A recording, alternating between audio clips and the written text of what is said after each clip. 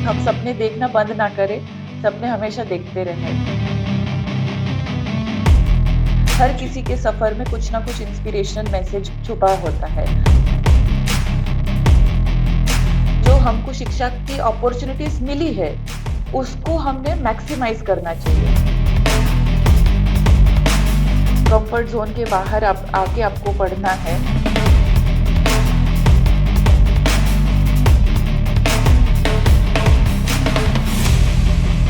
मेरी जर्नी भी बाकी सभी लोगों के तरीके से काफ़ी रोलर कोस्टर राइड रही है। मुझे ये जो सिविल सर्विसेज़ है, इसकी पढ़ाई करने के लिए जो इंस्पिरेशन थी, वो तो घर से ही मिली। ग्रेजुएशन के बाद फिर मैंने यूपीएससी की पढ़ाई शुरू की। जैसा आप सब जानते हो, तुरंत और एक झटके में होने वाली तो ये एग्ज़ाम नहीं है।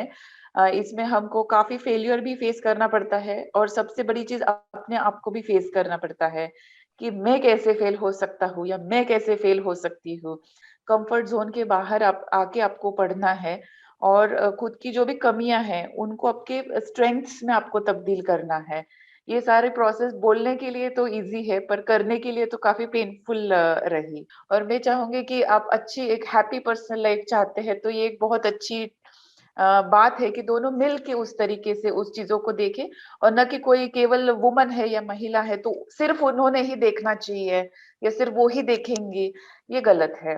मेरे जो सपने थे, उनके लिए मैंने हाँ, कोशिश भी बहुत की है, पर मुझे लगता है भगवान ने उससे ज़्यादा ही मुझे दिया है और उसकी मुझे बहुत अच्छे से मैं उस चीज़ को जानती हूँ और मैं उस चीज़ का बहुत सम्मान करती हूँ और मुझे लगता है यही सबसे ज़्यादा इम्पोर्टेंट बात है कि हम सपने देखना बंद ना करें, सपने हमेशा देखते रहें। तो इस चीज़ का भी हमने सम्मान करना चाहिए कि हमारे समाज ने काफ़ी प्रोग्रेस मानसिक तौर पर भी की हुई है जी। और सब लोग हमारे शत्रु या एनिमी नहीं होते।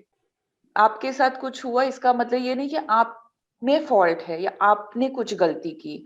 आपने लिपस्टिक लगाई या आपने इस तरीके के कपड़े पहने इसीलिए उसने किया, ये नहीं है। वो उसकी गलती है, उसके नज़रिए की गलती है कि वो एक सभ्य इंसान के जैसे नहीं बर्ताव कर सकता और वो पशु के जैसे बन गया। तो आपको डरने की, सहम जाने की कोई ज़रूरत नहीं है। सबको यही बताना चाहूँगी कि मर्द हो या औरत, हमारी शरीर डेफ़िनेटली भिन्न है, पर हमारे जो मेरी संविधान ने मुझे जो हक दिए हैं, वो आपको भी दिए हैं। उस तौर पे हम अभिन्न हैं, हम सेम हैं। भारत हमारा एक ऐसा देश है, जहाँ पे संविधान जब से हम स्वतंत्र हुए हैं, सबको शिक्षा का अधिकार मिला हुआ है। सबको समान अधिकार उसी समय से, उसी क्षण से प्राप्त हुए हैं। तो इसकी हमने बहुत रिस्पेक्ट रखनी चाहिए और जो हमको शिक्षा की अपॉर्च्युनिटीज़ मिली है, उसको हमने मैक्सिमाइज़ करना चाहिए। अब मैं बताना चाहूँगी कि ये शिक्षा जो है, उसकी संधि, अपॉर्च्युनिटी सभी को नहीं मिलती। ये इतना महत्व है शिक्षा का क्योंकि शिक्षा का डायरेक्टली कनेक्शन है एम्प्लॉयमेंट से, रोज़गारी से, आर्थिक स्वतंत्रता से, आपकी उससे शिक्षा एक ऐसी चाबी है जिससे हेल्थ, वेल्थ, हैप्पीनेस इन सारी की तिजोरी खुल जाती है। तो मेरे पेरेंट्स ने जानबूझ के हालाँकि हम लड़कियाँ ही थी, बहुत सोच के और उनका स्वभाव भी दोनों का उस तरीके से है कि उन दोनों ने हमको हमेशा freedom of thought and expression देने की कोशिश की। हमारे दिमाग को बंदी नहीं बनाया। तो मुझे लगता है that give us lot of chance to explore ourselves. सारी फील्ड्स में महिलाओं की संख्या बढ़नी चाहिए। फिर वो पॉलिटिक्स हो, डिफेंस हो, पुलिसिंग हो, टीचिंग हो, मेडिसिन हो, रिसर्च हो, इनमें गर्ल्स की महिलाओं की संख्या बढ़ने के लिए क्या होना चाहिए, वो चीज़ें मैं डेफ़िनेटली करूँगी।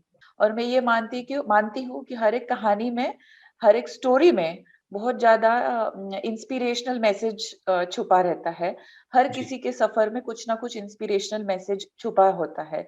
हम बचपन से ये कहानियाँ क्यों सुनते हैं? क्योंकि उससे हमको सपने देखने में आसानी होती है।